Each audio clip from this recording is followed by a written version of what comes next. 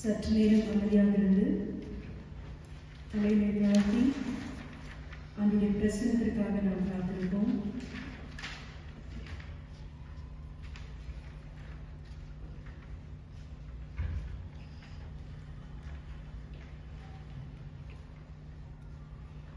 நம்முடைய சூழ்நிலையை ஆண்டவர் நன்கு அறிந்திருக்கின்றார்.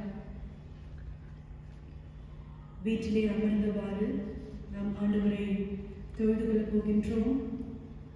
ஆண்டவரை நம் இல்லத்திலே நாம் வரவேற்போம். அவருடைய பிரசனத்திற்காக நாம் காத்திருப்போம்.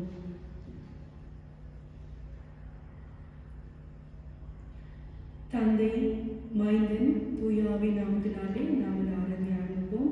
ஜெபம் செய்வோம். துதிகளின் மத்தியில் வாசமாகின்ற ஜீவனுள்ள நல்ல தேவனே, கொடுத்திருந்த பரிசுத்த ஓய்வுகளுக்காக நாம் செலுத்துகின்றோம்.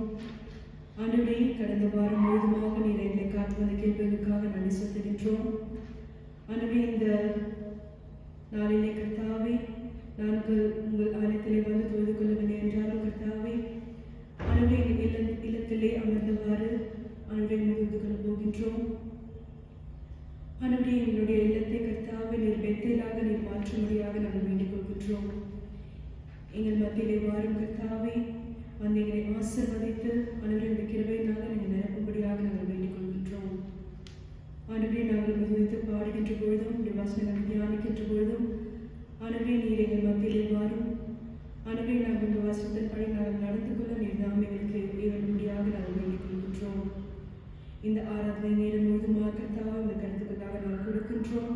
துவக்கம் முதல் முடிவதுவரை நீர் தாமை பொறுப்படுத்த வருத்தபடியாக நாங்கள் வேண்டிக் கொள்கின்றோம். துதிக்கிற வன்மை கேட்கின்றோம். இயேசு கிறிஸ்துவின் நாமத்தினாலே.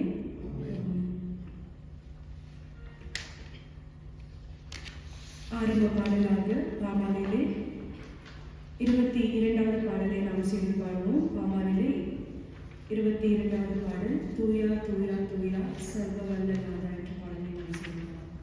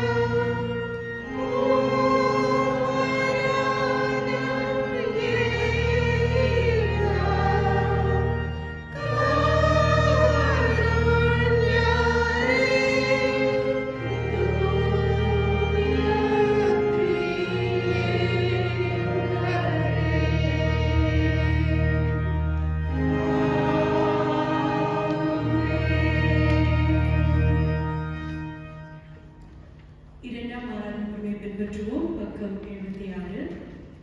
நாம் கடவுளை தொழுவோம். கடவுள் ஆவியாக இருக்கின்றார். அவர் தொழுது கொள்கின்றவர்கள் ஆவியோடும் உண்மையோடும் அவர் தொழுது கொள்ள வேண்டும். நம்முடைய பிதாவாகிய கடவுளாலும் கர்த்தராகிய இயேசு கிறிஸ்துவினாலும் கிருபையும் சமாதானமும் உண்டாவதாக. இது கர்த்தர் பண்ணினால் இதிலே கலை கொண்டு மகிழக்கடவும். பக்கம் 79. ஆண்டவரே உதவிகளை திறந்தருளும். பிதாவுக்கும் குமாரனுக்கும் பரிசுத்த ஆவிக்கும் மகிமை உண்டாவதாக.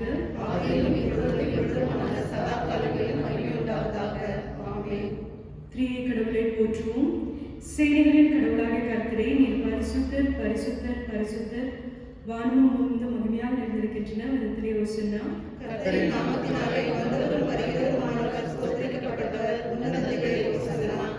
கடவுளே நீர் பரிசுத்தர்,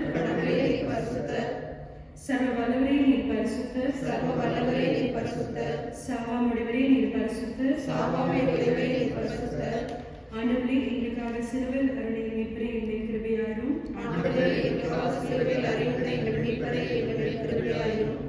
பரிசுத்த ஆவியாக ஆண்டவரே எங்கள் கிருபையாயிரும்.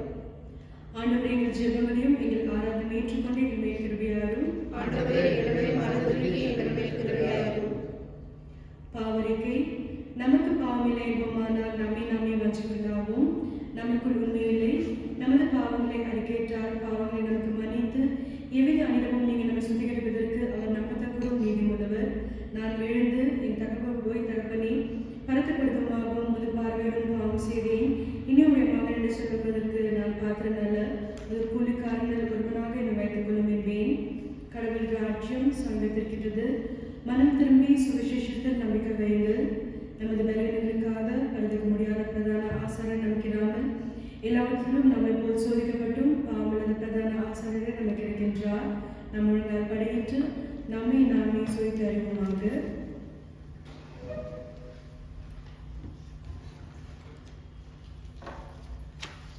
சற்று நேரம் அமைதியாக இருந்து நம்முடைய பாவங்களை ஆண்டவரிடத்தில் நாம் அறிக்கை செய்வோம்.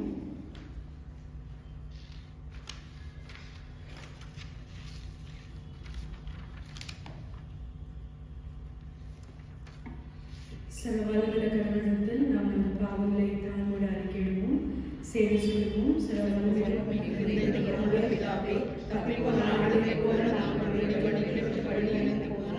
எங்கள் இருதயத்தின் யோசனைகளுக்கும் விருப்பங்களுக்கும் முது பரிசுத்த கற்பனைகளுக்கும் செய்ய தவறுகளை செய்யாமல் செய்ய தகாதவைகளை செய்து வந்தோம். எங்களுக்கு சுகமே இல்லை. ஆனால் தேவரே எங்கள் ஆண்டவராகிய இயேசு கிறிஸ்துவின் மூலமாய் மனிதருக்கு அருள் செய்த வாக்குத்தத்தங்களின்படியே இந்த பாக்கியமுள்ள குற்றவாளிகளாகி இருக்கிறோம். கற்பிதங்களை அறிவிக்க எங்கள் மேல் பொறுமையாயிரும்.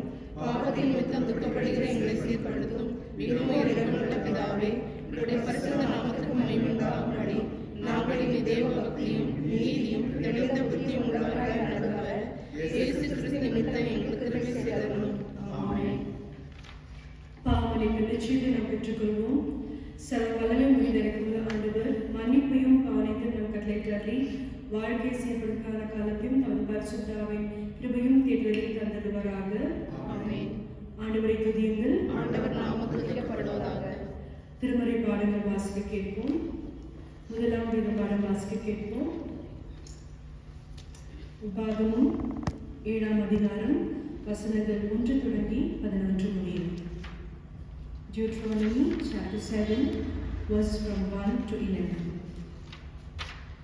நீ சுதந்திரிக்க போகிற தேசத்தில் உன் தேவனாகிய கர்த்தர் உன்னை பிரவேசிக்க பண்ணி உன்னை பார்க்கிலும் ஜனம் பெற்ற ஜாதிகளாகிய ஏத்தியர், கிர்காசியர், எமோரியர், கானானியர், பெரிசியர், ஏவியர், எபூசியர் என்னும் 7 பலத்த ஜாதிகளை உனக்கு முன்பாக துரத்தி உன் தேவனாகிய கர்த்தர் அவர்களை உன்னிடத்தில் ஒப்புக் கொடுக்கும் போது அவர்களை முறிய அடித்து அவர்களை சங்காரம் பண்ண கடவாய்.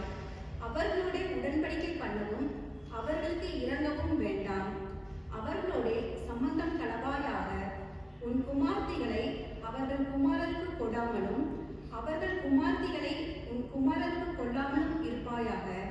என்னை பின்பற்றாமல் அந்நிய தேவர்களை சேவிக்கும்படி அவர்கள் உன் குமாரரை விலக பண்ணுவார்கள்.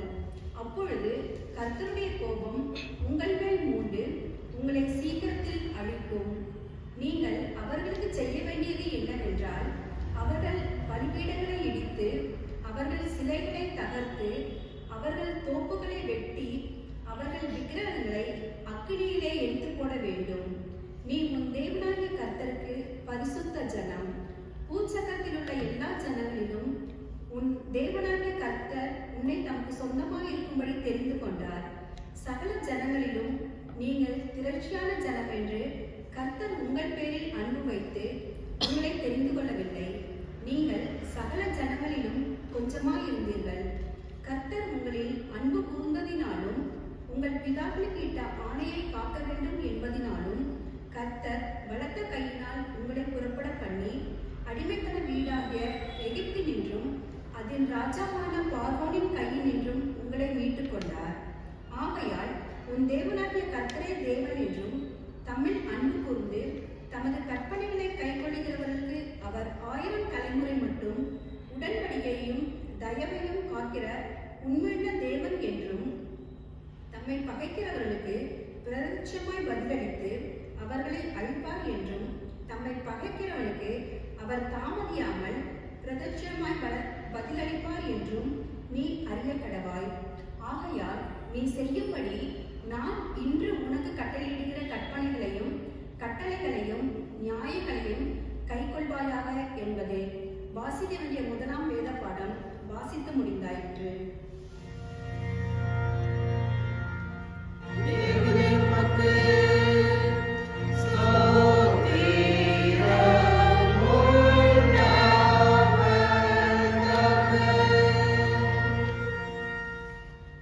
கன்வென்ஷன் பார்க்கிறதிலே 303வது பாடலை நாம் சேர்ந்து பாடுவோம். கன்வென்ஷன் பார்க்கிறதிலே 303வது பாடலை நாம் சேர்ந்து பாடுவோம்.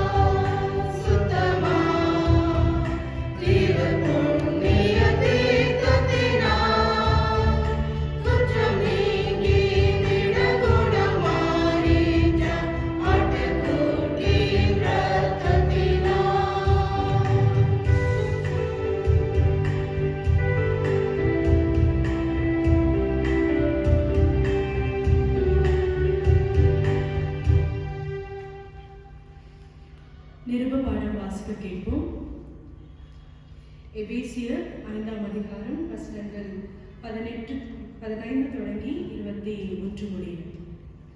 Ephesians chapter 5 verses beginning from 15 to 21. I repeat, Ephesians chapter 5 verses beginning from 15 to 21.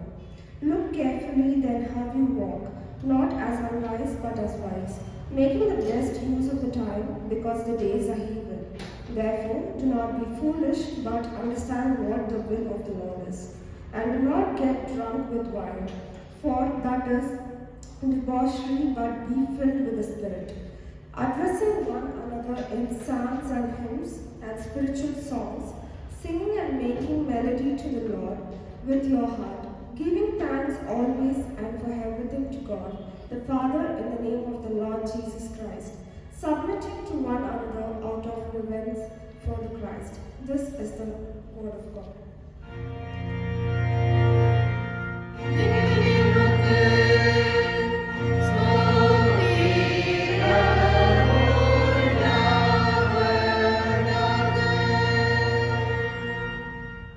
சுவிசேஷ வேறுபாடும் வாசிக்க கேட்போம். யோவான் எழுதின சுவிசேஷம் 17ஆம் அதிகாரம் வசனங்கள் 13 தொடங்கி 19 முடிய.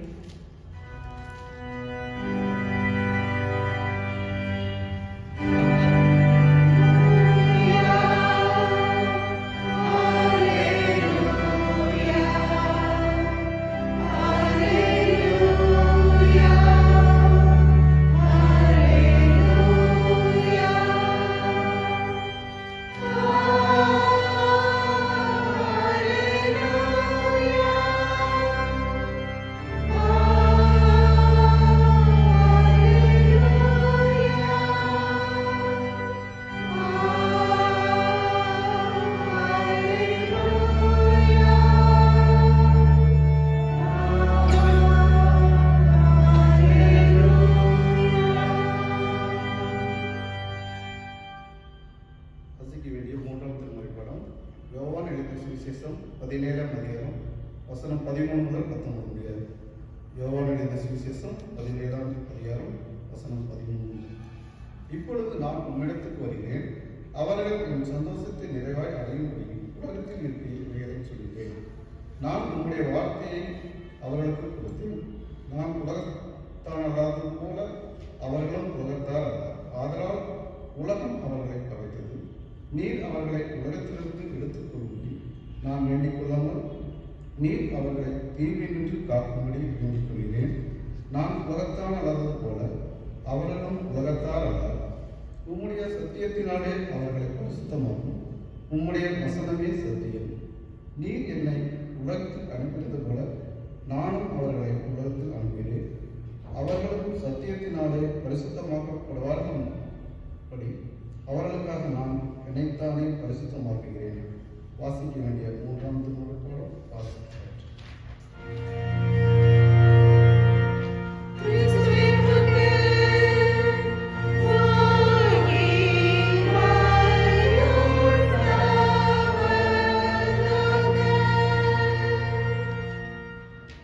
பாமாலையிலே 306வது பாடலை நாம் செய்து பாடுவோம். பாமாலையிலே 306வது பாடலை நாம் செய்து பாடுவோம்.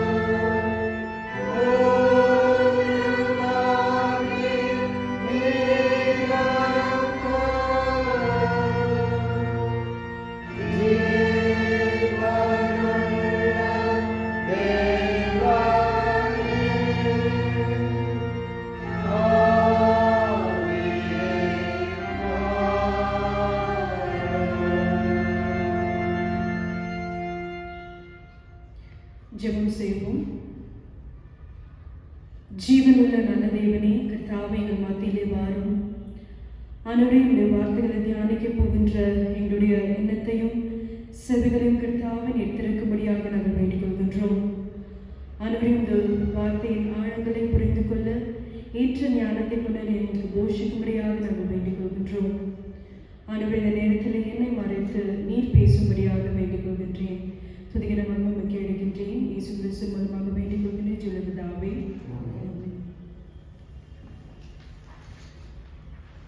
உங்கள் அனைவருக்கும் ஆண்டவராகிய இயேசு கிறிஸ்துவின் நாமத்திலே நான் வாழ்த்துதலையும் வரவேற்பும் தெரிவித்துக் கொள்கின்றேன். இவன் தாமே உங்களை ஆசீர்வதித்து உங்களை பயன்படுத்துவாராக. தென்னிந்திய திருச்சபை முறைமைப்படி இந்த நாளுக்குரிய தலைப்பு, தியானத்துக்காக நம்ம கொடுத்திருக்கின்ற தலைப்பு பி ஹோலி, தூய்மையாய் இருங்கள், இதை தூய்மை பெறுங்கள் அப்படின்ற ஒரு தலைப்பை கொடுத்திருக்கின்றார்கள். பி ஹோலி தலைப்பில் நாம தியானிக்க போகின்றோம். ஹோலி, ஹோலினஸ் அப்படின்னு சொல்கின்ற மாத்திரத்திலே அது யாரை குறிக்கிறது அப்படின்னு பார்க்கின்ற பொழுது அது ஆண்டவரை மட்டுமே குறிக்கின்ற ஒரு வார்த்தைகளாக இருக்கிறதை பார்க்கின்றோம். ஆண்டவருக்கே உரித்தான ஒரு வார்த்தை தூய்மை அப்படின்னு சொன்னாவே அது யாருமே தூய்மை கிடையாது, மாறாக ஆண்டவருக்கு மட்டுமே உரித்தான ஒரு வார்த்தைகள் அப்படின்னு நாம யோசிக்கின்றோம். அது மட்டும் இல்லாமல் இந்த ஹோலி அப்படின்னு சொல்கின்ற தூய்மை அப்படின்னு சொல்கின்ற மாத்திரத்திலே நமக்குள்ளாக ஒரு வித்தியாசமான கருத்துக்கள் இருக்கிறதை நாம யோசிக்கின்றோம் இல்லையா? தூய்மையாக இருக்கிறது அப்படின்னு சொல்கிற மாத்திரத்திலே நாம் என்ன யோசிக்கின்றோம்? ஞானஸ்நானம் பெற்று திருவிருந்தெல்லாம் நம்ம எடுக்கிறோம். ஸோ நம்ம யாரு? ஒரு மற்றவர்களை காட்டிலும் நம்ம ஒரு தூய்மையானவங்க அப்படின்னு சொல்லி நம்ம சில டைம்ல நம்ம அதை யோசிக்கின்றோம். சில பேர் யோசிக்கலாம், நான் சில வார்த்தைகள் பேசினேனாக்கா, சில கெட்ட வார்த்தைகள் பேசினேனாக்கா நான் ஒரு தூய்மையானவர் அப்படின்னு சொல்லி நம்ம யோசிக்கலாம். இல்லைன்னா ஒரு கெட்ட காரியங்களை பார்க்காமல் இருந்தால் ஒரு தூய்மையானவங்க அப்படின்னு சொல்லி ஒரு நிறைய விதமான ஒரு கருத்துக்கள் இருக்கின்றதை நாம் பார்க்கின்றோம். ஸோ ஹோலி அப்படின்னு பார்க்கின்ற, தூய்மை அப்படின்னு பார்க்கின்ற பொழுது இந்த தூய்மையை குறித்து ஏசாயா 6ஆம் அதிகாரத்தில் ரொம்ப அழகாக இங்கே ஏசாயா வர்ணிக்கின்றதை நாம் பார்க்கின்றோம். திருப்பிக் கொள்ளுங்கள் என்னோடு. ஏசாயா 6ஆம் அதிகாரம் அன்று 1 வசனங்கள் தொடங்கி நீங்க வாசி பார்த்தீங்கன்னாவே தெரியும். அங்கே யார் மரணம் அடைக்கின்ற போது ஆண்டவர் இருக்கின்றார்? ஒசியா ராஜா மரணமான போது அங்கே தேவன் உயர்ந்த ஒரு சிங்காசனத்தில் வீற்றிருக்க கண்டேன் அப்படின்னு பார்க்கின்றோம். அதுக்கப்புறம் சேராபீன்களும் கேராபீன்களும் ஆண்டவரை ஓயாமல் பரிசுத்தர் பரிசுத்தர் அப்படின்னு சொல்லி இங்கே துதித்து கொண்டிருக்கின்ற ஒரு காட்சியை இங்கே ஏசியா தீர்க்கதரிசி பார்த்து கொண்டிருக்கின்றார். இந்த ஏசியா தீர்க்கதரிசி என்ன யோசித்தார் அப்படின்னு பார்க்கின்ற 1ஆம் அதிகாரத்திலிருந்து 5ஆம் அதிகாரம் வரைக்கும் நீங்க வாசி பார்த்தீங்கன்னாக்கா, நான் தூய்மையான ஒரு மனிதன், ஆனால் என்னை சுற்றி இருக்கின்ற ஜனங்களும் எப்படி இருக்கின்றாங்க? ஒரு அசுத்தம் உள்ள ஜனங்களாக இருக்கின்றாங்க. அவங்க தப்பான காரியம் செய்கின்றாங்க. இந்த முழு ஒரு நகரமே என்ன ஆகுது? ஒரு தப்பான காரியங்களை செய்கின்ற ஒரு நகரமாக இருக்கின்றது. எங்கேயுமே ஒரு பரிசுத்தம் இல்லை, எங்கேயுமே தூய்மை இல்லை அப்படின்னு நினைக்கின்ற பொழுது அவர் ஆலயத்துக்குள்ளாக பிரவேசிக்கின்ற பொழுது இந்த ஒரு கலக்கத்தில் என்ன இந்த சமுதாயம் எப்படி இருக்கின்றது, இந்த மக்கள் இப்படி இருக்கின்றார்கள் அப்படின்னு சொல்லி யோசித்த ஆலயத்துக்குள்ளாக அவர் பிரவேசிக்கின்ற பொழுது அங்கே யார் வாசம் பண்ணுகின்றதை பார்க்கின்றார்? அங்கே ஆண்டவர் வாசம் பண்ணுகின்றதை அவர் காணுகின்றதை நாம் பார்க்கின்றோம். அது மட்டும் இல்லை, அவனுடைய வஸ்திர தொங்கலாலே ஆலயம் முழுதுமாக அங்கே நிறைந்திருந்ததை அவர் காணுகின்ற பொழுது he is feeling guilty இல்லையா? அங்க 5-6 வசனங்களை வாசிக்கின்ற பொழுது அவர் சொல்றாரு, ஐயோ நான் அதமானேன், ஐயோ நான் அதமானேன், நான் மடிந்து போய்விடுவேன். ஏன்னா இங்க எவ்வளவு பரிசுத்தமான ஒருத்தர் இருக்கின்றார், நான் அசுத்தமா இருக்கின்றேன், அது மட்டும் இல்லாமல் நான் அசுத்த ஜனங்கள் மத்தியில நான் வாசம் பண்ணுகின்றேன் அப்படின்னு சொல்லி அவருடைய இயலாமையை, அவருடைய அந்த பாவத்தை உணர்கின்ற ஒரு ஆளாக இருக்கிறதை பார்க்கின்றோம் இல்லையா? வாசிங்கள் 5-6 வசனங்கள். அப்பொழுது நான் ஐயோ அதமானேன், நான் அசுத்த உதடுகளுள்ள மனுஷன், அசுத்த உதடுகளுள்ள ஜனங்களின் நடுவில் வாசமாய் இருக்கிறவர், சேனைகளின் கர்த்தராகிய ராஜாவை கண்கள் கண்டதே என்றேன். அப்பொழுது சேராபீன்களில் ஒருவன் பலிபீடத்திலிருந்து தன் கையிலே பிடித்த குரட்டால் ஒரு நெருப்பு தழலை எடுத்து என்னிடத்தில் பறந்து வந்து அதனால் என் வாயை தொட்டு, இதோ இது உன் உதடுகளை தொட்டதினால் உன் அக்கிரமம் நீங்கி உன் பாவம் நிவர்த்தியானது என்றார். அந்த யோசித்த மாத்திரத்திலே, ஐயோ நான் அதமானே, நான் இப்போ மடிந்து போய்விடுவேன், நான் ஒரு அசுத்தமுள்ள மனிதன் அப்படின்னு சொல்லி அதை அவர் ரியலைஸ் பண்ணிக்கிட்ட பொழுது அங்கே என்ன ஆகுது, ஒரு சேராபீன்கள் நெருப்பினோட இதில் தொடுறதை பார்க்கின்றோம். அப்பொழுது என்ன ஆகின்றார், அவர் பரிசுத்தமாய் ஆகின்றதை நாம் பார்க்கின்றோம். ஸோ பி ஹோலி, பரிசுத்தமாக்குதல் அப்படின்னு நம்ம பார்க்கின்ற பொழுது இங்கே ஆண்டவர் நம்ம கொள்கின்ற ஆண்டவர் எப்படியாக இருக்கின்றார், பரிசுத்தம் நிறைந்த ஆண்டவராக இருக்கின்றார். லேவியராகமும் 1ஆம் அதிகாரம், லேவியராகமும் 11ஆம் அதிகாரம் 44ஆம் வசனத்தை நம்ம வாசிக்கின்ற பொழுது, for I am the Lord, be holy for I am holy. நான் பரிசுத்தராக இருக்கின்றேன், நான் என்னை போல நீங்களும் பரிசுத்தராய் இருங்கள் அப்படின்னு சொல்லி இங்கே லேவியராகத்தில் ஆண்டவர் சொல்லியிருக்கிறதை நாம் பார்க்கின்றோம். இந்த ஹோலி அப்படின்னு சொல்கின்ற மாத்திரத்தில் இந்த எபிரேய மொழியிலும் சரி கிரேக்க மொழியிலும் சரி அதுக்கு இருக்கின்ற ஒரு வார்த்தைகள் என்ன அப்படின்னு பார்க்கின்ற பொழுது, எபிரேய மொழியில காதோஷ் அப்படின்னு சொல்லுவாங்க. காதோஷ் அப்படின்னு சொல்கின்ற மாத்திரத்திலே அதோட இங்கிலீஷ் மீனிங் என்ன அப்படின்னு பார்க்கின்ற பொழுது செட் அபார்ட், தனியாக இருக்கிறது, பிரித்தெடுத்தல் அப்படின்ற ஒரு வார்த்தை. அதே மாதிரி கிரேக்க பதத்தில் ஹெகியோஸ் அப்படின்னு சொல்லுவாங்க. இந்த ஹெகியோஸ் அப்படின்ற ஒரு வார்த்தை என்ன அப்படின்னு பார்க்கும்போது B separated, B separated. So இந்த எபிரேய மொழியிலும் சரி இங்கே கிரேக்க மொழியிலும் சரி இந்த பதங்களோட அர்த்தத்தை பார்க்கின்ற பொழுது, ஹோலினஸ் அப்படின்ற ஒரு அர்த்தத்தை பார்க்கின்ற பொழுது அது என்ன குறிக்கிறது அப்படின்னு சொல்லும்பொழுது பிரித்து எடுக்கின்ற ஒரு கூட்டம் இல்லையா. Be set apart, be separated அப்படின்னு சொல்லும்போது தனித்தன்மை வாய்ந்த ஒரு பொருளாக இருக்கிறது. எல்லாரும் மாதிரியும் இல்லாமல் ஒரு தனியாக, ஒரு தனித்தன்மை நிறைந்த ஒரு பொருளை குறிக்கின்றதாக இருக்கின்றதை நாம் பார்க்கின்றோம். அது மட்டும் இல்லாமல் நம்முடைய ஆண்டவர் பரிசுத்தராக இருக்கின்றார். 1 தீமோத்தேயு 6ஆம் அதிகாரம் 15-16 வசனங்களை நாம் வாசிக்கின்ற பொழுது நம்முடைய தேவன் எப்படி இருக்கின்றார் அப்படின்னு சொல்லி இங்கே ரொம்ப அழகாக தீமோத்தேயுல சொல்லியிருக்கிறதை நாம் பார்க்கின்றோம். 1 தீமோத்தேயு 6ஆம் அதிகாரம் வசனங்கள் 15-16. அந்த பிரசன்னமாகுதலை தேவன் தம்முடைய காலங்களில் வெளிப்படுத்துவார். அவரை நித்தியானந்தம் உள்ள ஏக சக்கராதிபதியும் ராஜாதி ராஜாவும் கர்த்தாதி கர்த்தாவும் ஒருவராய் சாவாமை உள்ளவரும் சேரக்கூடாத ஒளியில் வாசம் பண்ணுகின்றவரும் மனுஷரில் ஒருவரும் கண்டிராதவரும் காணக்கூடாதவருமாய் இருக்கிறவர் இல்லையா. இப்படிப்பட்ட ஒரு அதிசயமான ஒரு கடவுள். He is a only sovereign God, King of Kings, Lord of Lords.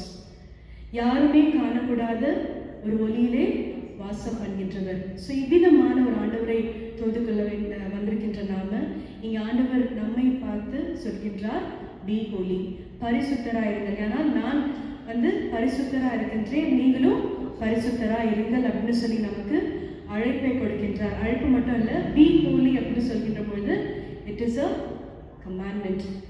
பரிசுத்தராய் மாறுங்கள் இல்லை ஆகுங்கள் அப்படின்ற ஒரு கட்டளையை நமக்கு கொடுக்கின்றார். அதுதான் நம்ம லேவியராகத்தில் பார்க்கின்றோம்.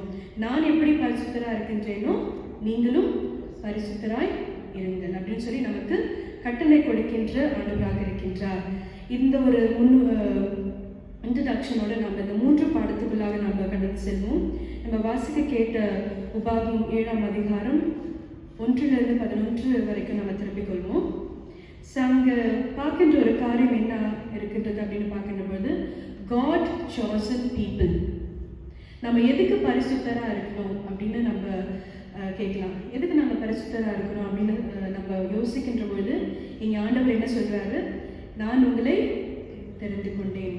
இந்த 7ஆம் அதிகாரம் 6ஆம் வசனத்தை நம்ம வாசிக்கின்ற பொழுது இந்த பூச்சக்கரத்தில் இருக்கின்ற எல்லா ஜனங்களிலும் தேவனாகிய கர்த்தர் தமக்கு சொந்தமாக இருக்கும்படி உன்னை தெரிந்து கொண்டார். இல்லையா? இந்த இஸ்ரவேல் ஜனங்களுக்கு ஆண்டவர் கொடுக்கின்ற ஒரு பெரிய ஒரு ஈவு. இந்த இஸ்ரவேல் ஜனங்களுக்கு மாத்திரமல்ல, இது வந்து வெறும் பர்டிகுலர் பீப்புளுக்கு மட்டும்தானா அப்படின்னு சொல்லி நம்ம யோசிக்கலாம். ஆனால் நம்ம ஆண்டவர் வந்து பட்சபாதம் பார்க்கின்ற ஆண்டவர் அல்ல. இஸ் நாட் பார்ஷியல் அப்படின்னு நம்ம வாசிக்கின்றோம் இல்லையா? அதே போல எங்கள் ஆண்டவர் வந்து ஆமோஸ் 9ஆம் அதிகாரம் 7ஆம் வசனத்திலும் இங்கே சொல்லியிருக்கின்றார், are you not like an Ethiopian இல்லையா? நீங்கள் வந்து எத்தியோப்பியரை போல எனக்கு இருக்கின்றீர்கள். நான் வந்து நிறைய ஒரு காரியங்களை சொல்லியிருக்கின்றதை நான் பார்க்கின்றோம். நீங்கள் வாசிங்கள் ஆமோஸ் 9ஆம் அதிகாரம் 7ஆம் வசனம். இஸ்ரவேல் புத்திரரே, நீங்கள் எனக்கு எத்தியோப்பியரின் புத்திரரை போல் இருக்கிறீர்கள் அல்லவோ என்று கர்த்தர் சொல்லுகிறார். நான் இஸ்ரவேலை எகிப்து தேசத்திலிருந்தும் பெலிஸ்தரை கப்தோரில் இருந்தும் சீரியரை கீரில் இருந்தும் கொண்டு வரவில்லையோ? ஸோ நீங்கள் மட்டுமே எனக்கு ஜனங்கள் கிடையாது, மாறாக மற்ற ஜனங்களும் இருக்கின்றார்கள். ஸோ மற்றவர்களோடு நான் உன்னை என்ன பண்ண தெரிந்தெடுத்து கொண்டேன் அப்படின்னு சொல்றாரு. இங்கே உலகத்தில் இருக்கிற எல்லா ஜனங்களை காட்டிலும் நான் உன்னை தெரிந்தெடுத்துக் கொள்கின்றேன். அது ஏன் தெரிந்தெடுத்துக் கொள்கின்றேன் அப்படின்னு பார்க்கிற பொழுது, எனக்கு நீ பரிசுத்தமா இருக்க வேண்டும் இல்லையா? அங்க முதல் 2 வசனங்கள் 3-4 வசனங்களை நாம் வாசிக்கின்ற பொழுது ஆண்டவர் என்ன சொல்றாரு, மற்ற தேசத்தை காட்டிலும் இல்லையா, மற்ற ஜாதிகளை காட்டிலும் நான் உன்னை என்ன பண்ண, அவர்கிட்ட இருந்து நான் உன்னை மீட்டு கொண்டு வந்தேன். ஸோ நீ என்ன பண்ண, எனக்கு உன்னுடைய வாழ்க்கையை பரிசுத்தமாய் நீ வாழ அப்படின்னு சொல்லியே ஆண்டவர் அழைத்திருக்கின்றதை நாம் பார்க்கின்றோம். ஏன் நம்ம பரிசுத்தமாக இருக்கணும் அப்படின்னு பார்க்கின்ற பொழுது ஆண்டவர் நம்மை தெரிந்தெடுத்து கொண்டிருக்கின்றார். We are chosen people of God. அதனால நாம ஆண்டவருக்கு பரிசுத்தராக இருக்க வேண்டும். அதுதான் யோவான் 1ஆம் அதிகாரம் 12ஆம் வசனத்திலும் ஆண்டவர் சொல்கின்ற காரியத்தை நாம் பார்க்கின்றோம் இல்லையா? என்னை விசுவாசித்து ஏற்றுக்கொண்டவர்கள் எத்தனை பேர்கள், அத்தனை பேர்களும் என்ன ஆகுறாங்க, தேவனுடைய பிள்ளைகளாக மாறுகின்றதை ஆண்டவர் வந்து இங்கே சொல்லிட்டதை பார்க்கின்றோம். என்னை ஏற்றுக்கொண்டு என்னை விசுவாசிக்கின்ற எத்தனை பேர்களோ அவங்கெல்லாம் எனக்கு யாரு, எனக்கு பிள்ளைகள் அப்படின்னு சொல்லியே ஆண்டவர் சொல்கின்றதை பார்க்கின்றோம். இந்த இஸ்ரவேல் தெரிந்து கொண்டார் அப்படின்னு பார்க்கின்ற பொழுது அந்த ஆண்டவர் 7-8ஆம் வசனத்துல அதுக்கு விளக்கத்தை கொடுக்கின்றார். ஏன் உங்களை தெரிந்து கொண்டேன் அப்படின்னு சொல்லி ஆண்டவர் இங்கே விளக்கத்தை கொடுக்கின்றார் இல்லையா? நீங்க வந்து எனக்கு உண்மையாக இருக்கின்றீர்கள், நீங்க வந்து பலத்த ஜாதியாக இருக்கின்றீர்கள், நான் வந்து உங்களை தெரிந்து கொள்ளவில்லை, மாறாக நீங்க எப்படி இருந்தீங்க, நீங்க கொஞ்சமா இருந்தீங்க இல்லையா, கொஞ்சம் கூட்டத்தாரா இருந்தீங்க, ரொம்ப சிறியவராக நீங்க இருந்தீங்க, அதனாலதான் உன்னை தெரிந்து கொண்டேன், அதனால உங்களை நான் நேசித்தேன் அப்படின்னு சொல்றாரு. அது மட்டும் இல்லாமல் 8ஆம் வசனத்தில் ஆண்டவர் என்ன சொல்றாரு, உங்கள் பிதாக்களுக்கு இட்ட ஆணையை காக்க. ஸோ நம்முடைய ஆண்டவர் என்ன, ஒரு வாக்கு மாறாத ஆண்டவராக இருக்கின்றார் இல்லையா? உம்முடைய பிதாக்களுக்கு நான் கொடுத்த வாக்குறுதியின்படி இல்லை, நான் அப்படியே விட்டுவிடாமல் என்ன சொன்னார் ஆபிரகாமுக்கு, நான் பலத்த ஜாதி ஆக்குவேன் இல்லையா? ஆதியாகமம் 13, 14, 15 நீங்க வாசித்து பார்த்தீங்கன்னாக்கா உங்களுக்கு தெரியும், நான் உன்னை பலத்த ஜாதி ஆக்குவேன் என்று சொல்லி ஆபிரகாமுக்கு கொடுத்த அந்த வாக்குறுதிகளை நினைவு கூர்ந்த ஆண்டவர் இதை செய்கின்றார். ஸோ நீ எனக்கு இஷ்டமான ஒரு மகன், ஒரு மகள் அப்படின்னு சொல்லி இஸ்ரவேலை அழைத்து இங்கே 11ஆம் வசனத்திலே தீர்க்கமாக ஆண்டவர் என்ன சொல்றாருன்னு வாசிங்க. ஆகையால் நீ செய்யும்படி நான் இன்று உனக்கு கட்டளையிடுகிற கற்பனைகளையும் கட்டளைகளையும் நியாயங்களையும் கைக்கொள்வாயாக. நான் எனக்கு என்ன கட்டளை கொடுத்திருக்கின்றனோ அந்த நியாயங்களையும் நீ என்னென்ன பண்ண, நீங்க கை கொண்டு வாங்க அப்படின்னு சொல்லி இங்க தீர்க்கமாக ஆண்டவர் இஸ்ரவேல் ஜனங்களுக்கு சொல்கிறதை பார்க்கின்றோம். மற்ற ஜனங்களோட நீங்க வந்து உறவு வைத்துக் கொள்ளாமல், பெண் கொடுத்து பெண் எடுக்காம, நீங்க உங்களை தீட்டுப்படுத்திக் கொள்ளாமல் எனக்கு பரிசுத்தமா நீங்க நடந்து கொள்ளுங்க, என்னுடைய கற்பனைகளை கை கொள்ளுங்க அப்படின்னு சொல்லி தான் தெரிந்து கொண்ட ஒரு கூட்டத்தார் மத்தியில ஆண்டவர் இதை சொல்கின்றதை பார்க்கின்றோம். நம்ம why should be holy? ஏனென்றால் ஆண்டவர் நம்மை தெரிந்து கொண்டார். We are chosen God's people அப்படின்னு பார்க்கின்றோம். இரண்டாவதாக நம்ம பார்க்கின்ற பொழுது ஆண்டவர் தெரிந்து கொண்ட இந்த கூட்டத்திற்கு ஆண்டவர் சில காரியங்களை அவர் சொல்கின்றார். அதான் நம்ம வாசிக்க கேட்ட 2ஆம் வேத பாடத்திலே ஆண்டவர் தெளிவாக சொல்கின்றதை நாம் பார்க்கின்றோம். எதற்கு நம்ம ஆண்டவருக்கு கீழ்ப்படையணும், நம்ம ஆண்டவர் நம்மை தெரிந்து கொண்டார், அதனால் ஆண்டவருக்கு நம்ம பரிசுத்தமாய் நம்ம காத்துக்கொள்ளணும். அந்த பரிசுத்தமா எப்படி இருக்கின்றது அப்படின்னு சொல்லி இந்த வசனங்களை ஆண்டவர் நமக்கு குறிக்கின்றார் அப்படின்னு பார்க்கலாம். எபேசியர் அதிகாரத்தை நீங்க வாசித்து பார்த்தீங்கன்னாவே அது 2ஆக பிரித்திருப்பார்கள். எஃபிஷியன் சாப்டர் அதில் 1லிருந்து 3 வரைக்கும் தனியாக ஒரு பகுதி. ஆண்டவர் நமக்கு என்ன காரியங்களை செய்தார், நம்ம எப்படி விடுவித்துக் கொண்டார் அப்படின்னு சொல்லி அதில் போட்டப்படுகின்றது. ஆனால் நீங்கள் 4, 5, 6 இந்த வசனங்களை பார்க்கின்ற பொழுது இட் ஸ்பீக்ஸ் அபவுட் ஃப்ரீடம். ஆண்டவர் வந்து நம்ம எப்படி நம்மை விடுவித்துக் கொண்டு வந்தார், அதுக்கப்புறம் நாம் ஆண்டவருக்கு என்ன செய்ய வேண்டும்.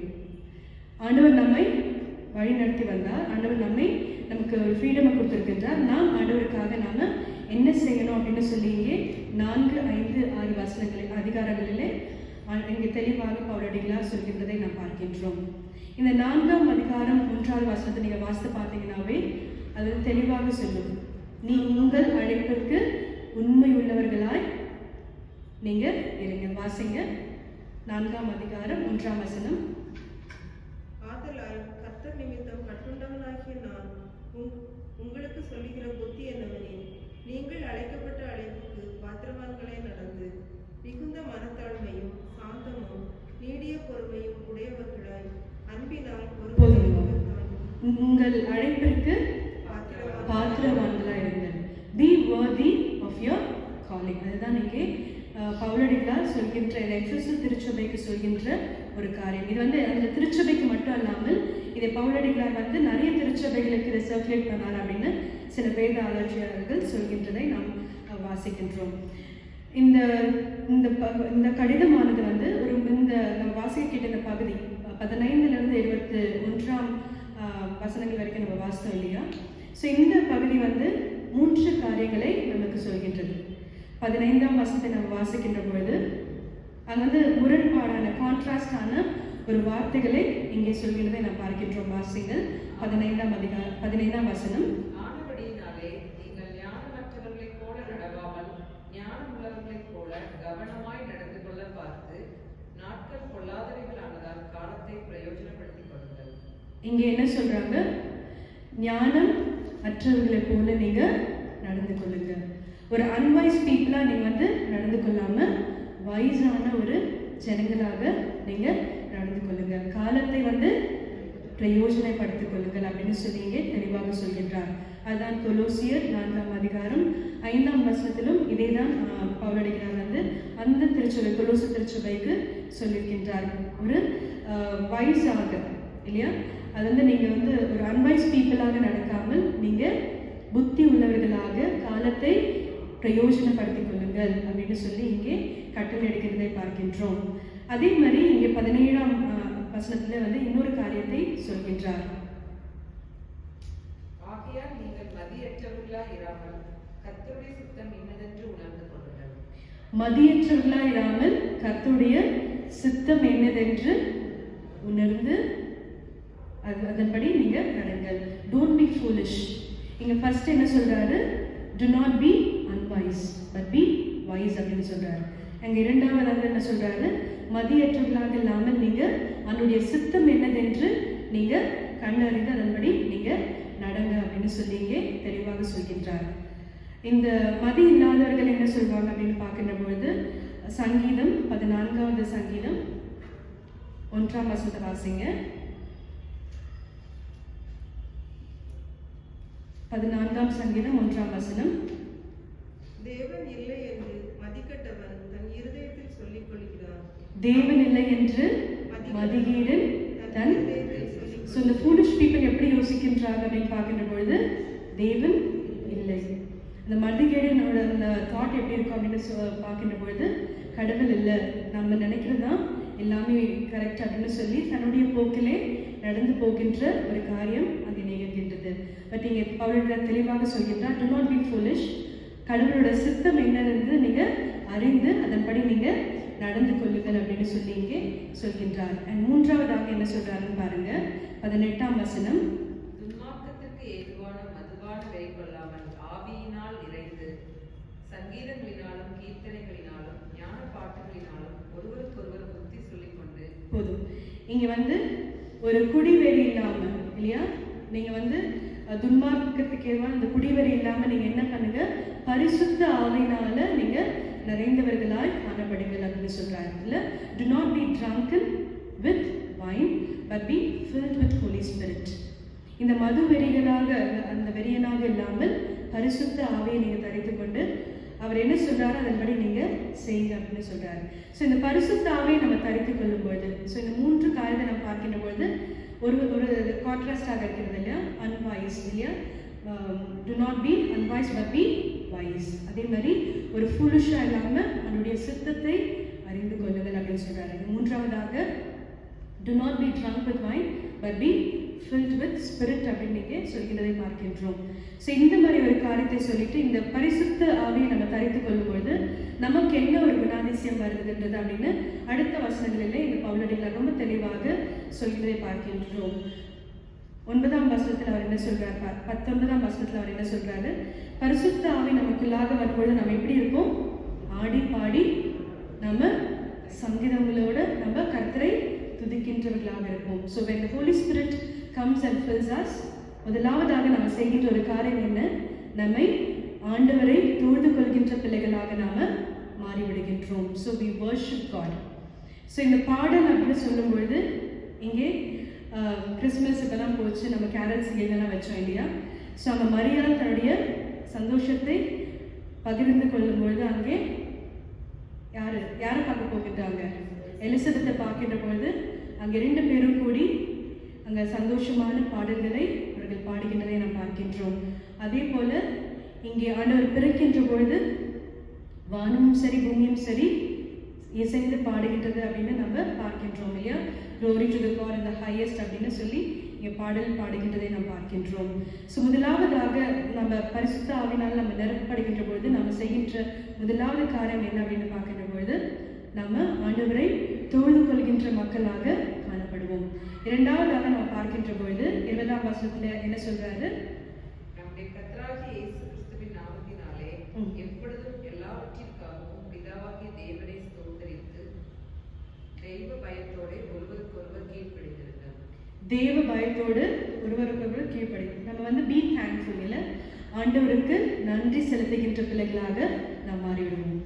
எந்த சூழ்நிலை வந்தாலும் சரி, எந்த ஏற்றத்தாழ்வு வந்தாலும் சரி, ஆண்டவருக்கு நன்றி செலுத்துகின்ற பிள்ளைகளாக நாம் மாறிவிடுவோம். மற்றவர்களை குறை சொல்லாமல், இல்லை ஆண்டவரை குறை சொல்லாமல், உங்களால தான் இப்படி ஆச்சு, என்னோட வாழ்க்கையும் எப்படி இருக்கு அப்படின்னு சொல்லி ஒரு கிராட்ச் பண்ணாமல் நம்ம ஆண்டவரை நன்றி செலுத்துகின்ற பிள்ளைகளாக நாம் மாறிவிடுவோம். அண்ட் மூன்றாவதாக 21ஆம் வசனத்தை நாம் படிக்கின்ற பொழுது சப்மிட் டு ஒன் அனதர், ஒருவருக்கொருவர் கீழ்ப்படிந்து ஒருவருக்கொருவர் ஏற்றுக்கொள்ளுங்கள் அப்படின்னு சொல்லி இங்கே தெளிவாக பவுலடிகளார் சொல்கின்றார். ஸோ பரிசுத்த ஆவை நாம் பெற்றுக்கொள்ளும் பொழுது நமக்கு இவ்விதமான ஒரு காரியம் வரும் இல்லையா. நம்ம ஆண்டவரை துதிக்கின்றவர்களாக இருப்போம், ஆண்டவரை நன்றி எல்லா வித சூழ்நிலையிலும் ஆண்டவரை நாம் நன்றி செலுத்துகின்றவர்களாக இருப்போம்.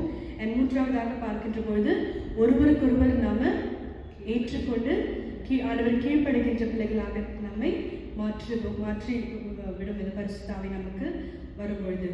ஸோ இங்கே முதலாவதாக பரிசுத்தம் வருவதற்காக நம்ம why should be holy அப்படின்னு பார்க்கின்ற பொழுது ஆண்டவர் நம்மை தெரிந்து கொண்டார். அதனால நாம அவர் பரிசுத்தராக இருக்கின்ற பொழுது நாமும் அவருக்கு பரிசுத்தவான்களாக இருக்க வேண்டும் என்று ஆண்டவர் நமக்கு கட்டளையிட்டிருக்கின்றார்.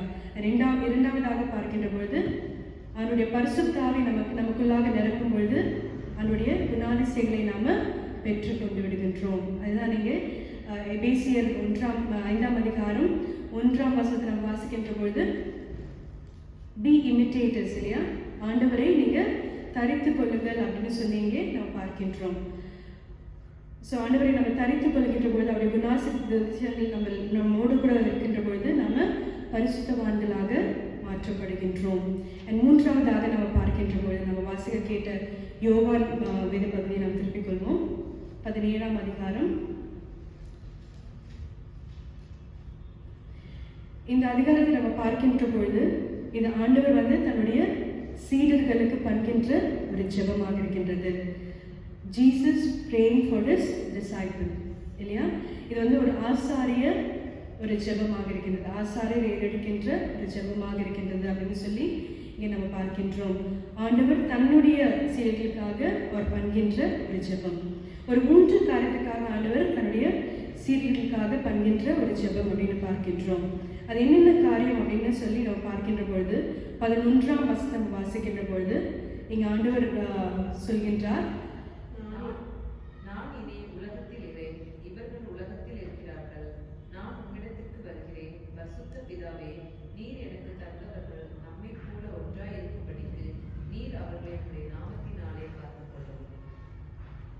உன்னுடைய நாமத்தினாலே நீ அவர்களை காத்துக்கொள்ளும். Protect them in your name. இல்லையா?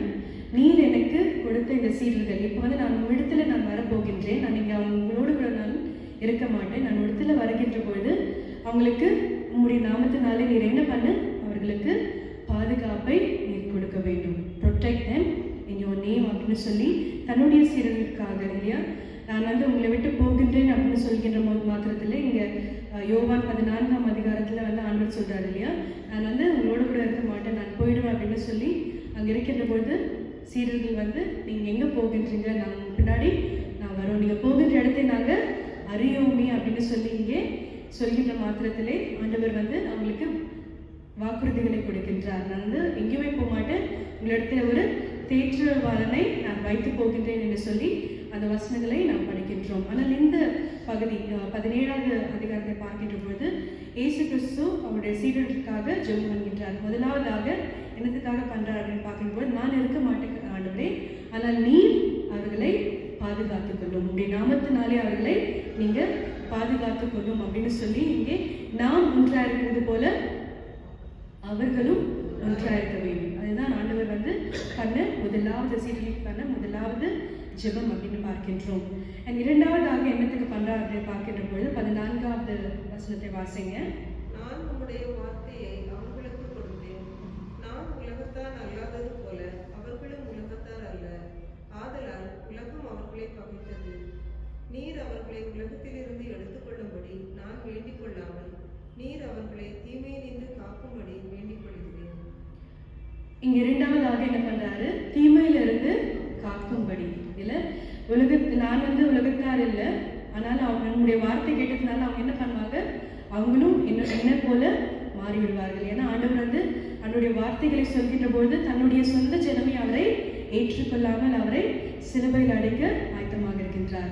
ஸோ இப்பொழுது நான் உங்களுடைய வார்த்தைகளை என்னுடைய சீடர்களுக்கு நான் போதித்திருக்கின்றேன்.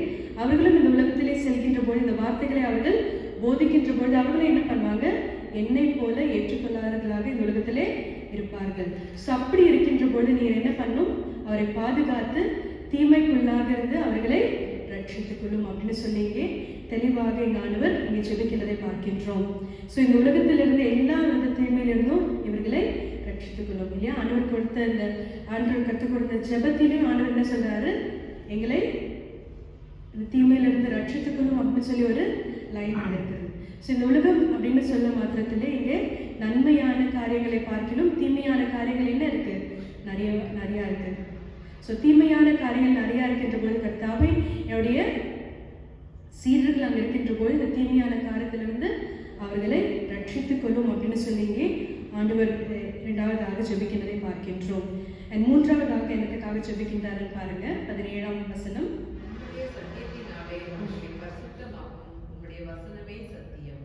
உம்முடைய சத்தியத்தினாலே அவர்களை பரிசுத்தமாக்கும், உம்முடைய வசனமே சத்தியம். ஸோ அவனுடைய வார்த்தை எப்படியாக இருக்கின்றது, ஒரு சத்தியம் நிறைந்த ஒரு வார்த்தையாக இருக்கின்றது.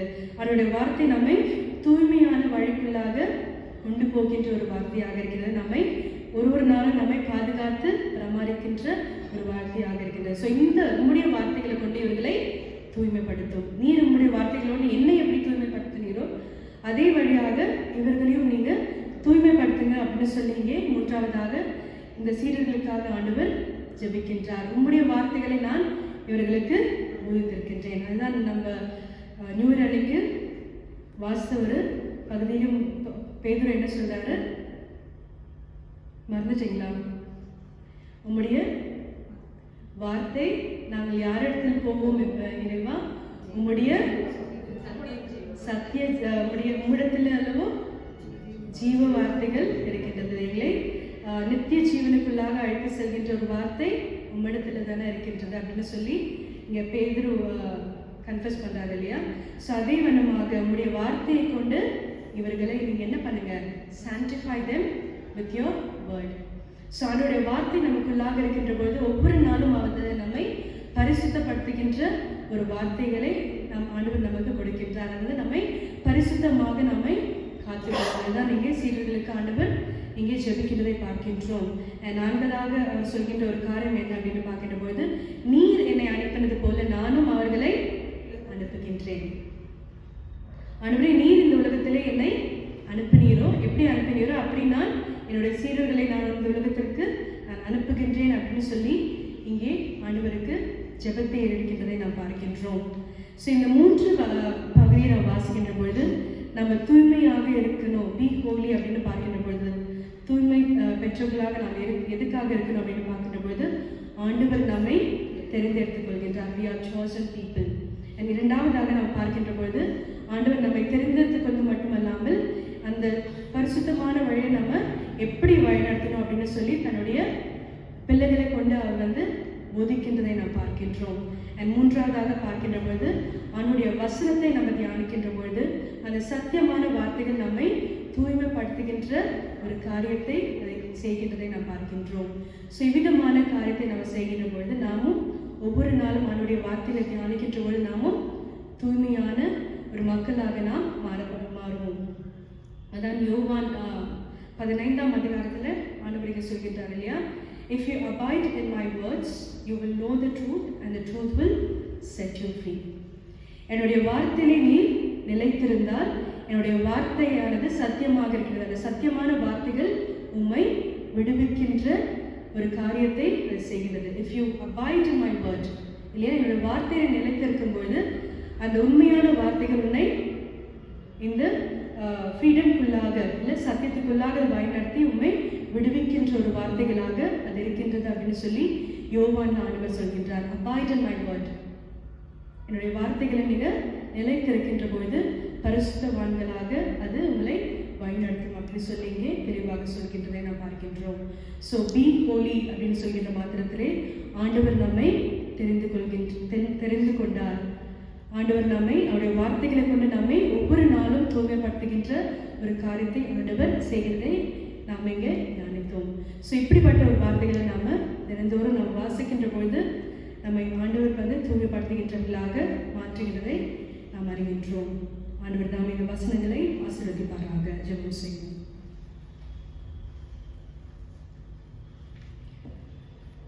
ஜீவனுள்ள நல்ல தேவனே, உங்கள் ஜீவ வார்த்தைகளுக்காக நன்றி செலுத்துகின்றோம்.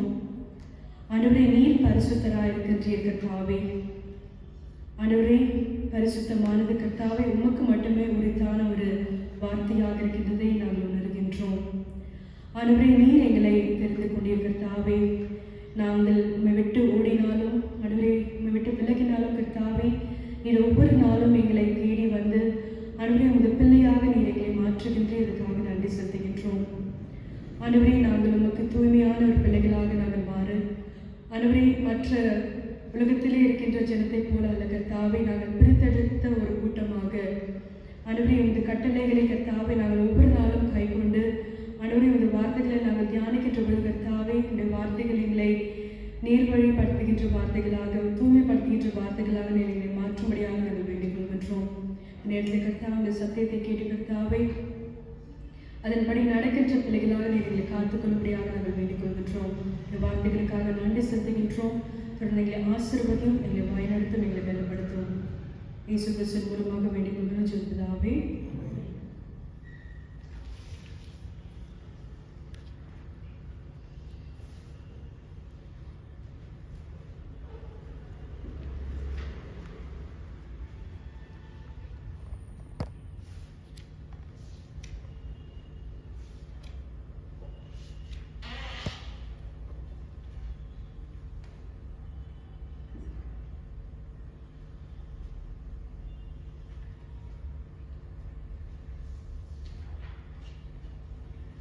அவனுடைய வார்த்தை கேட்டு நாம் அனைவரும் எழுந்து நின்று நம்முடைய விசுவாசத்தை அறிக்கையிடுவோம். 88ஆம் பக்கத்தில் இருக்கின்ற அப்போஸ்தலர் விசுவாச பிரமாணத்தை நாம் சேர்ந்து சொல்லுவோம். வானத்திலே பூமியையும் படைத்த சர்வ வல்லமையுள்ள விசுவாசிக்கின்றேன்.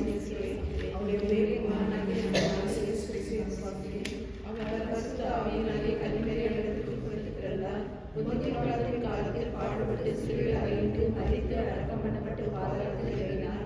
3ஆம் நாள் மரித்தோரிடத்தில் எழுதினார். பரமண்டலத்தில் ஏறி சர்வ வல்லமையுள்ள பிதாவாகிய தேவனுடைய வலதுபார்சலில் வீற்றிருக்கிறார். அவரிடத்திலிருந்து இருவரையும் மரித்தவரை நியாயம் தீர்க்க வருவார்.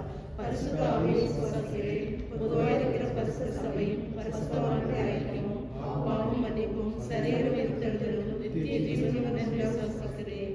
ஆமென். கர்த்தர் உங்களோடு கூட இருப்பாராக. அவரது தாழ்வோடு இருப்பாராக. கர்த்தாவே எங்களுக்கு இறங்கும். கிறிஸ்துவே எங்களுக்கு இறங்கும். கர்த்தாவே எங்களுக்கு இறங்கும். பரமண்டலத்தில் பிதாவே, உம்முடைய நாமம் சுத்தப்படுவதாக.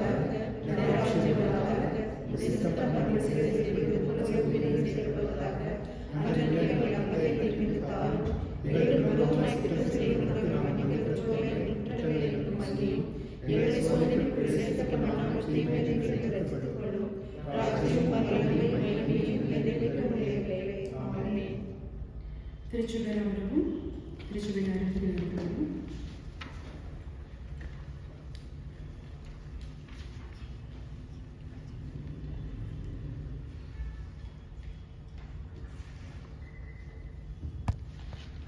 திருச்சபையின் அறிவிப்புகள். நமது அரசாங்கம் மற்றும் பேராயத்தின் விதிமுறைகளின்படி இந்த ஞாயிற்றுக்கிழமை முதல் அடுத்த புதிய கைட்லைன்ஸ் வரும் வரை ஆன்லைன் சர்வீஸ் மாத்திரம் நடைபெறும்.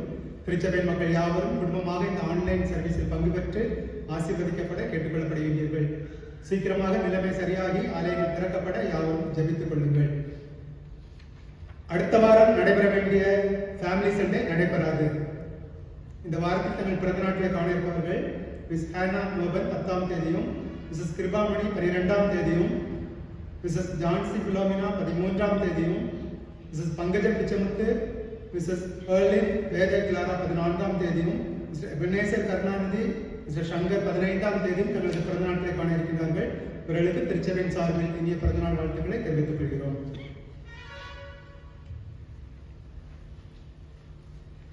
ஜெபம் செய்வோம். நேற்றும் என்றும் என்றென்றும் மாறமாறதாக இருக்கின்ற எங்கள் ஜீவனுள்ள நல்ல தேவனே, கர்த்தாவே, இந்த நாளுக்காக நன்றி செலுத்துகின்றோம்.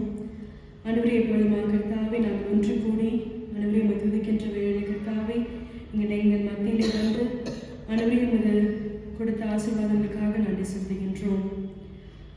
ஆண்டவரே, இந்த நேரத்தில் கர்த்தாவே இந்த சூழ்நிலையின் காரணமாக ஆண்டவரே நாங்கள் எங்கள் ஆலயத்துக்கு செல்ல முடியாமல் கர்த்தாவே ஆண்டவரே எங்கள் இல்லத்திலே உம்மை துவழ்த்து கொள்ளுகின்றோம். ஆண்டவரே, இந்த ஒரு சிலாக்கியத்தை கொடுத்து அதுக்காக நன்றி செலுத்துகின்றோம். ஆண்டவரே, கூடிய சீக்கிரமாக கர்த்தாவே சூழ்நிலைகள் மாற ஆண்டவரே இயல்பான ஒரு சூழ்நிலைகள் திரும்ப நிர்தாமை கிருபையாக நாங்கள் வேண்டிக் கொள்கின்றோம். ஆண்டவரே, இங்கே இருக்கின்ற சமுதாயத்தில் இருக்கின்ற கர்த்தாவே இந்த கொரோனா வைரஸ் மற்றும் இந்த பேண்டமிக் சுச்சுவேஷனை கர்த்தாவே நீங்கள் தாமே அகற்றி போட்டு ஆண்டவரே ஒரு இயல்பான ஒரு சூழ்நிலையில் கர்த்தாவே நீர் மாற்றி தர முடியாத வேண்டிக் கொள்கின்றோம். உம்மால் முடியாத காரியம் ஒன்றுமே இல்லை கர்த்தாவே. உம்மால் மட்டுமே கர்த்தாவே எல்லா காரியமும் செய்ய நீர் வல்லவராக இருக்கின்றீர். ஆண்டவரே, நாங்கள் எங்களுடைய கொள்கின்றோம். ஆண்டவரே, ஒவ்வொரு குடும்பத்தையும் கர்த்தாவே தனித்தனியாக பேர் பேராக நீர் ஆசீர்வதிக்கும்படியாக வேண்டிக் கொள்கின்றோம். ஆண்டவரே, குடும்பங்களிலே சந்தோஷம் சமாதானத்தை நீங்கள் தரும்படியாக வேண்டிக் கொள்கின்றோம். ஏற்ற சுகத்தோடு பலத்தோடு நீங்கள் காத்துக்கொள்ளும்படியாக நாங்கள் வேண்டிக் கொள்கின்றோம் கர்த்தாவே. ஆண்டவரே, கையின் பிரயாசங்களை ஆசீர்வதிக்கும் கர்த்தாவே. ஆண்டவரே, அதிவிதமாக கர்த்தாவே குடும்பத்திலே கர்த்தாவே நீர் தாமே தங்கி தாபரித்து ஆண்டவரே எந்த விதமான ஒரு கடினப்பாடு வராமல் கர்த்தாவே நீர் தாமே எங்களுக்கு நன்மையினாலும் கிருபையினாலும் முடிசூட்டி எங்களை பயணித்தும்படியாக நாங்கள் வேண்டிக் கொள்கின்றோம். ஆண்டவரே, இந்த நேரத்திலே கர்த்தாவே திருச்சபையிலே பிறந்த நாளையும் திருமண நாளையும் காணுகின்ற பிள்ளைகளுக்காக நாம் ஜெபிக்கின்றோம். ஆண்டவரே, இந்த ஒரு ஆண்டு காலமாக கர்த்தாவே நீர்களை காத்து கிருபைகளுக்காக நன்றி செலுத்துகின்றோம். இந்த புதிய ஆண்டிலே கர்த்தாவே புதிய ஆசீர்வாதங்களை கொண்டு நீங்கள் அவர்களை போஷிக்கும்படியாக நாங்கள் வேண்டிக் கொள்கின்றோம். ஆண்டவரே, கையின் பிரயாசங்களை நீங்கள் ஆசீர்வதியும் கர்த்தாவே. ஆண்டவரே, நீர் தாமே இந்த வருடம் முழுதுமாக துவக்கம் முதல் முடிவு வருந்தவரை கர்த்தாவே நீர் வழிநடத்தும்படியாக நாங்கள் வேண்டிக் கொள்கின்றோம். அதே விதமாக கர்த்தாவே திருமண நாளை காணுகின்ற பிள்ளைகளுக்காக ஜெபிக்கின்றோம்.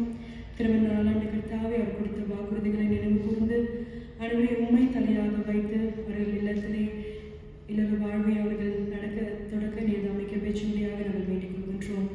ஆண்டவரே, அன்போடும் அரவணைப்போடும் கர்த்தாவே எந்த ஏற்றத்தாழ்வுகள் வந்தாலும் ஆண்டவரை எங்களோடு கூட இருக்கின்றார் என்ற நினைவோடு கர்த்தாவே அவர்கள் வாழ நீர் அமைக்க பேச்சும்படியாக வேண்டிக் கொள்கின்றோம். ஆண்டவரே, ஒவ்வொரு குடும்பங்களின் கர்த்தாவை நீர் ஆசீர்வதித்து நீங்கள் வழிநடத்தும்படியாக வேண்டிக் கொள்கின்றோம். இன்னுமாக கர்த்தாவை திருச்சபையிலே சுகமாக இருக்கின்றவர்களுக்காக ஜெபிக்கின்றோம். ஆண்டவரே, ஒவ்வொருவரையும் கர்த்தாவை நீர் தாமே ஆணி பாய்ந்த கரத்தினாலே அவர்களை தொட்டு குணமாக்கும்படியாக வேண்டிக் கொள்கின்றோம். ஆண்டவரே,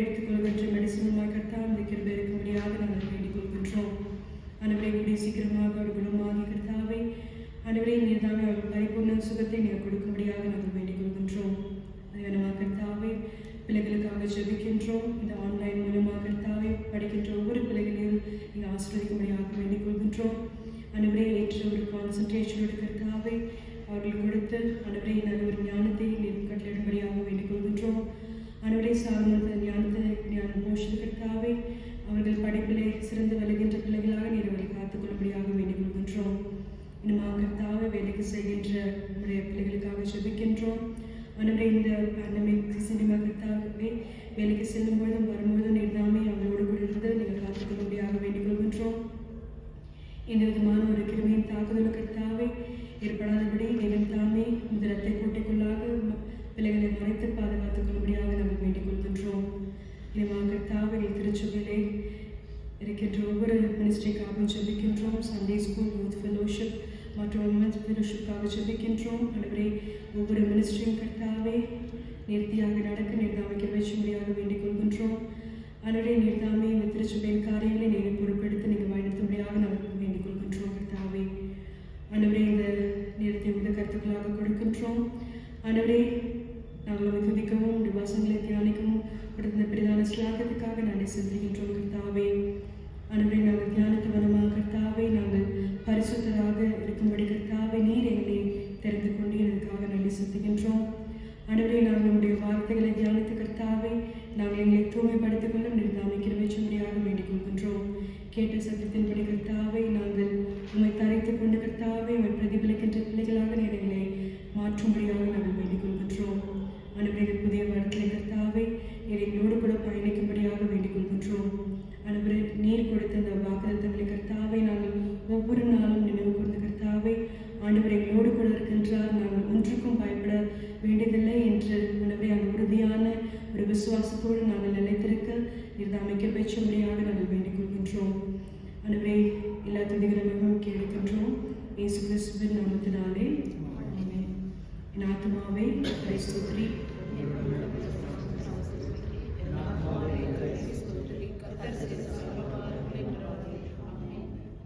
ஆண்டவருடைய ஆசீர்வாதத்தை பெற்றுக்கொள்வோம். நம் ஆண்டவராக இயேசு கிறிஸ்துவின் கிருபையும் தேவனுடைய அன்பும் பரிசுத்தாவின் ஐக்கியம் மரணத்தில் நம்ம அனைவரும் சதாகாலம் இருப்பதாக.